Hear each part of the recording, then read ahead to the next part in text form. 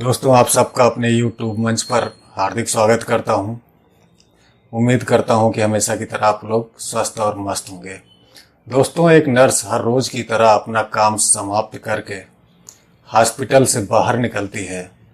हमेशा की तरह हॉस्पिटल से निकलकर जल्द से जल्द घर पहुंचकर अपनी 10 वर्षीय बेटी से मिलने की तमन्ना लिए वो घर की तरफ चल पड़ती है। दूसरी तरफ हमेशा की तरह उसकी बेटी अपनी माँ के आने का इंतजार कर रही होती है। पर कौन जानता था कि किसी दरिंदे की दरिंदगी माँ की तमन्ना और बेटी के इंतजार को हमेशा हमेशा के लिए खत्म कर देगी। कहानी एक ऐसे नर्स की जो घर के लिए निकलती तो है मगर कभी घर पहुंच नहीं पाती। तो आइए कहानी की शुरुआत उसी नर्स से करते हैं जिसको लेकर हम आज का ये वीडियो शूट कर रहे हैं। नर्स का नाम तस्लीम जहां था, जो मूल रूप से उत्तराखंड के गदरपुर के इस्लाम नगर की रहने वाली थी। वो अपने 6 बहनों और एक भाई के बीच अपने माँ बाप की बड़ी संतान थी। अपने भाई बहनों के बीच में सबसे बड़ी वही थी। उसके पिता इस्लाम नगर में ही एक चाय का ठेला लगाते हैं और चाय बेचने का काम करते हैं। चाय बेचकर ही वो अपने परिवार का भरण पोषण करते हैं। तो कुल मिलाकर तस्लीम जहां एक गरीब फैमिली से बिलोंग करती है। 2013 में तस्लीम जहां की शादी होती है, मगर उसकी ज़िंदगी में उस वक्त तूफान आ जाता है जब उसका पति उसे तलाक दे देता है। और जब उसका पति उसे तलाक देता है, उस वक्त तस्लीम जहां की गोद में उसकी 6 महीने की बेटी होती है। जिंदगी में अचानक आए इस तूफान से वो टूट जाती है, मगर जल्दी ही खुद को संभाल लेती है और वो अपने माँ बाप पर बोझ ना बनने का और अपनी बेटी को बेहतर भविष्य देने का फैसला करती है और वो खुद काम करने का डिसीजन लेती है। शुरू में वो अपने इलाके के कई हॉस्पिटलों में काम करती है। उसके बाद उसे रुद्रपुर के एक प्राइवेट अस्पताल फुटेला नर्सिंग होम में एज अ नर्स जॉब मिल जाती है और इस तरह उसकी ज़िंदगी ठीक ढंग से चलने लगती है। धीरे धीरे वक्त बीत रहा होता है। फिर एक वक्त ऐसा भी आ जाता है जब उसकी बेटी इतनी बड़ी हो जाती है कि अब उसका नाम लिखाने का समय आ चुका होता है।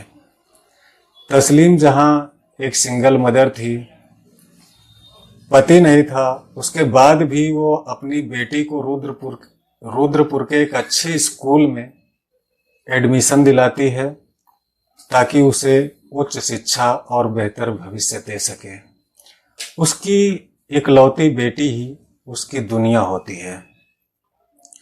अब चूंकि गुरदासपुर और रुद्रपुर के बीच में जो दूरी थी वो 20 किलोमीटर पड़ती थी, तो जब तक उसने अपनी बेटी का नाम नहीं लिखाया था तब तक तो वो गुरदासपुर अपने घर से ही हॉस्पिटल आने जाने का काम करती रही। मगर जब उसने अपनी बेटी का नाम भी रुद्रपुर में ही लिखवा दिया, तब उसे लगा कि आने जाने में असुविधा न हो, इसलिए वो जो है रुद्रपुर से 5 किलोमीटर की दूरी पर उत्तर प्रदेश के निकटवर्ती इलाके बिलासपुर के एक गांव डिबडिबा में एक घर किराए से ले लेती है, जहां वो अपनी बेटी के साथ रहने लगती है। और इस तरह वो पिछले 7 वर्षों से फुटेला नर्सिंग होम में काम कर रही थी और अब उसकी बेटी क्लास 1 से क्लास 4 में पहुंच चुकी थी, 4वीं कक्षा में जा चुकी थी।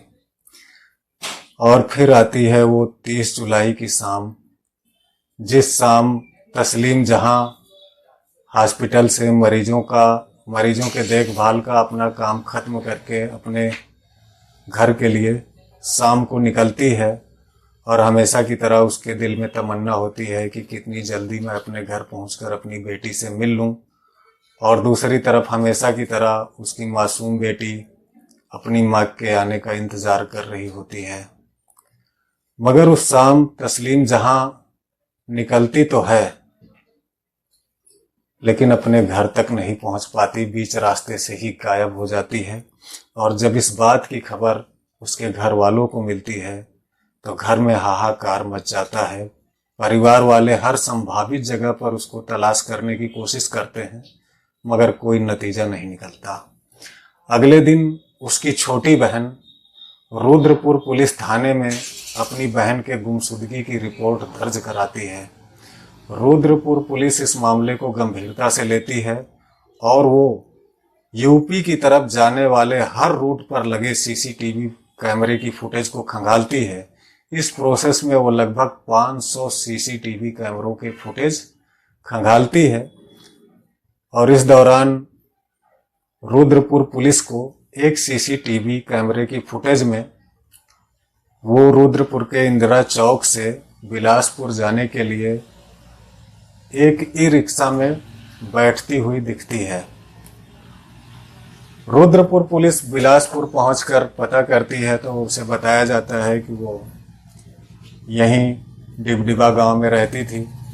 तो मेन रोड पर जहां डिबडिबा के लोग जिस स्टॉप पर उतरते थे, उस स्टॉप के मेन रोड पर लगे सीसीटीवी फुटेज को पुलिस खंगालती है। उसमें भी ये दिखता है कि वो ई रिक्शा से उतरती है और उस रास्ते की तरफ बढ़ती है जो उसके घर डिबडिबा की तरफ जा रहा होता है। चूंकि कैमरा सिर्फ मेन रोड पर लगा था और वो मेन रोड से उतरकर जिस रास्ते पर जा रही थी उस रास्ते पर आगे कोई सीसीटीवी कैमरा नहीं लगा होता, तो उसके आगे क्या होता है, तस्लीम जहां कहाँ गायब हो जाती है, पुलिस को कुछ पता नहीं चलता। अलबत्ता उसे सीसीटीवी फुटेज में ये तो दिखाई देता है कि जब तस्लीम जहां उस मार्ग पर आगे जा रही होती है तो उसके पीछे पीछे एक संदिग्ध युवक भी उसी तरफ जाता हुआ दिखाई देता है। लेकिन इससे आगे पुलिस की जांच आगे नहीं बढ़ पा रही थी। इसी एक बिंदु पर आकर उसकी जांच अटक जाती है। इस दौरान रुद्रपुर पुलिस महिला के मोबाइल नंबर के आधार पर उसकी लोकेशन को ट्रेस करने की कोशिश करती है, मगर कोई कामयाबी हाथ नहीं लगती। उसके बाद रुद्रपुर पुलिस महिला के दोनों मोबाइल के 15 अंकों के EMIE नंबर को सर्विलांस पर लगा देती है और इस तरह इस घटना के कई दिन बीत जाते हैं। लगभग एक सप्ताह बीत जाने के बाद 8 अगस्त की शाम बिलासपुर पुलिस को सूचना मिलती है कि डिबडिबा गांव के पास एक निर्माणाधीन बिल्डिंग के परिसर में उगाई झाड़ियों के बीच में एक लाश मिली है। और ये सूचना मिलते ही बिलासपुर पुलिस घटनास्थल पर पहुंचती है और उसे वहां जो नज़ारा दिखाई देता है उसे देखकर तो पुलिस वाले भी सहम जाते हैं। वहां पर एक महिला की लाश क्या कहें आप, उसे कंकाल ही समझ लीजिए। लाश पूरी तरह छत बिछत थी, हाथ और पैर के पंजे गायब थे, कमर से नीचे का पूरा हिस्सा सड़ चुका था और ऊपर खोपड़ी पर तो कोई मांस का लोथड़ा तक भी नहीं बचा था। चूंकि लाश जहां पर पाई गई थी वो क्षेत्र बिलासपुर पुलिस के अंतर्गत आता था, तो बिलासपुर पुलिस लाश को कब्जे में ले लेती है, उसका पंचनामा भरकर पोस्टमार्टम के लिए भेज देती है। और जब आस पड़ोस में इंक्वायरी करती है तो लोग इस बात की आशंका जाहिर करते हैं कि हाँ, हमारे ही क्षेत्र की एक नर्स पिछले एक सप्ताह से मिसिंग है, हो सकता है कि ये शव उसी का ही हो। और उस पूछताछ के बाद पुलिस तस्लीम जहां के घर वालों को इस बात की खबर देती है। उसके घर वाले पहुंचते हैं और कपड़ों के आधार पर इस बात की पुष्टि करते हैं कि वो लाश तस्लीम जहां की ही लाश थी।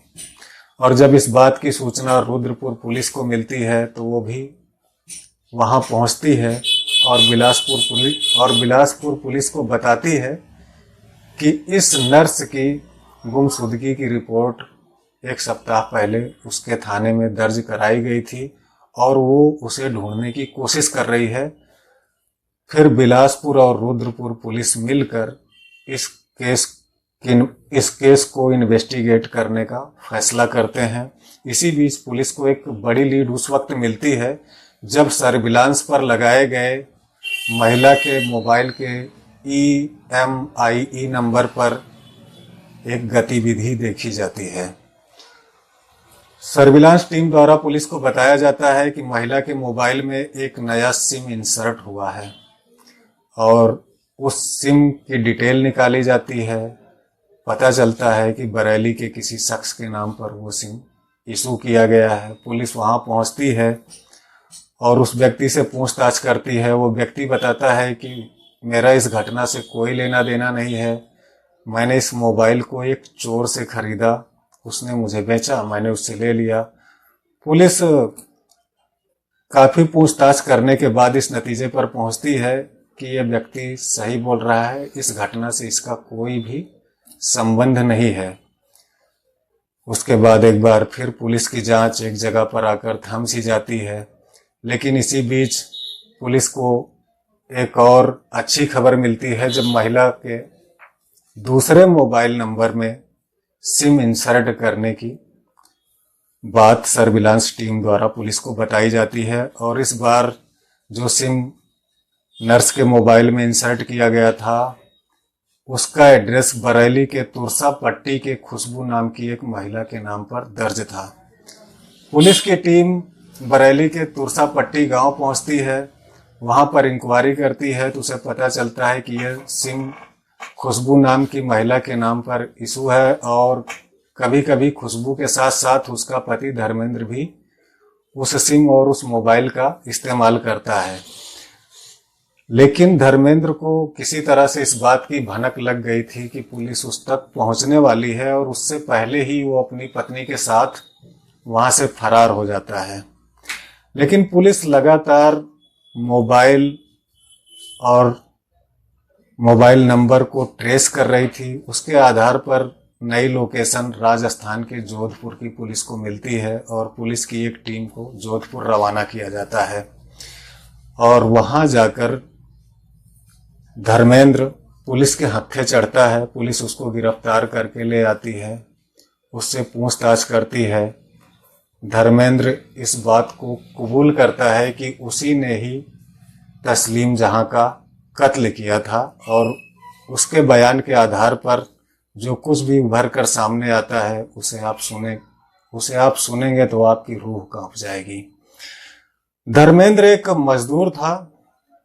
वो कुछ समय तक तस्लीम जहां के गांव जिस एरिया में वो रहती थी गदरपुर, वहां काम कर चुका था और पिछले 5 महीने से रुद्रपुर और डिबडिबा के बीच में एक जगह पड़ती है जफरपुर गांव, वहां के गेहूं फैक्ट्री में वो काम कर रहा था। और इस दौरान उसने जो है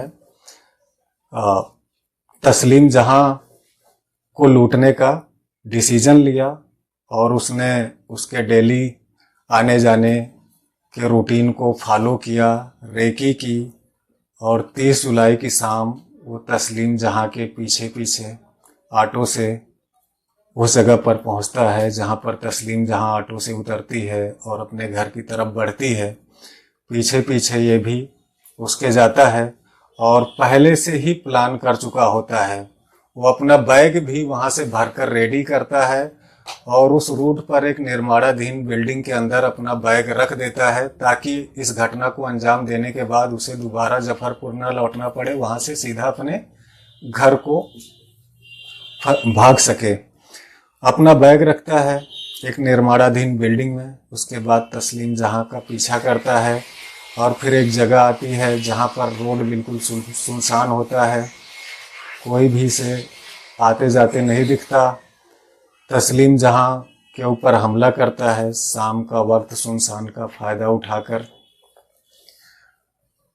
हमला करने के बाद तस्लीम जहां इसका विरोध करती है, ये उसको पकड़कर पास की एक निर्माणाधीन बिल्डिंग के परिसर में ले जाता है जहां काफी झाड़ झंखाड़ होते हैं।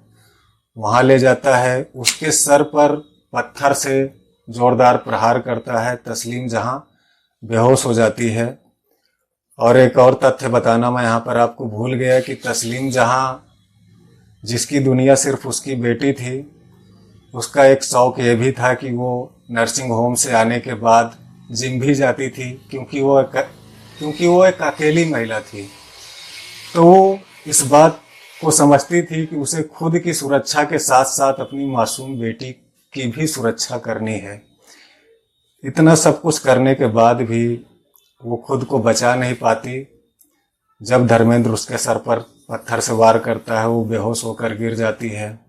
उसके बाद धर्मेंद्र उसके साथ बलात्कार करता है, उसके पर्स से 3000 रुपए लूट लेता है, उसके पास 2 मोबाइल होते हैं, दोनों को ले लेता है, और उसके शरीर पर जो आभूषण होते हैं उसको भी लूट लेता है। उसी के स्कार्फ से उसका गला घोंट देता है, और कोई लाश को पहचान न सके इसलिए वो पत्थर से उसके चेहरे को भी पूरी तरह से छत बिछत कर देता है। इतनी क्रूरता करने के बाद वो अपना बैग उठाता है और वहां से सीधा अपने गांव निकल लेता है। तो इस तरह से 14 अगस्त को पुलिस इस घटना का खुलासा करती है। लेटेस्ट अपडेट यह है कि परिवार वाले पुलिस के इस बयान पर यकीन नहीं कर रहे हैं कि धर्मेंद्र अकेले ने इस घटना को अंजाम दिया।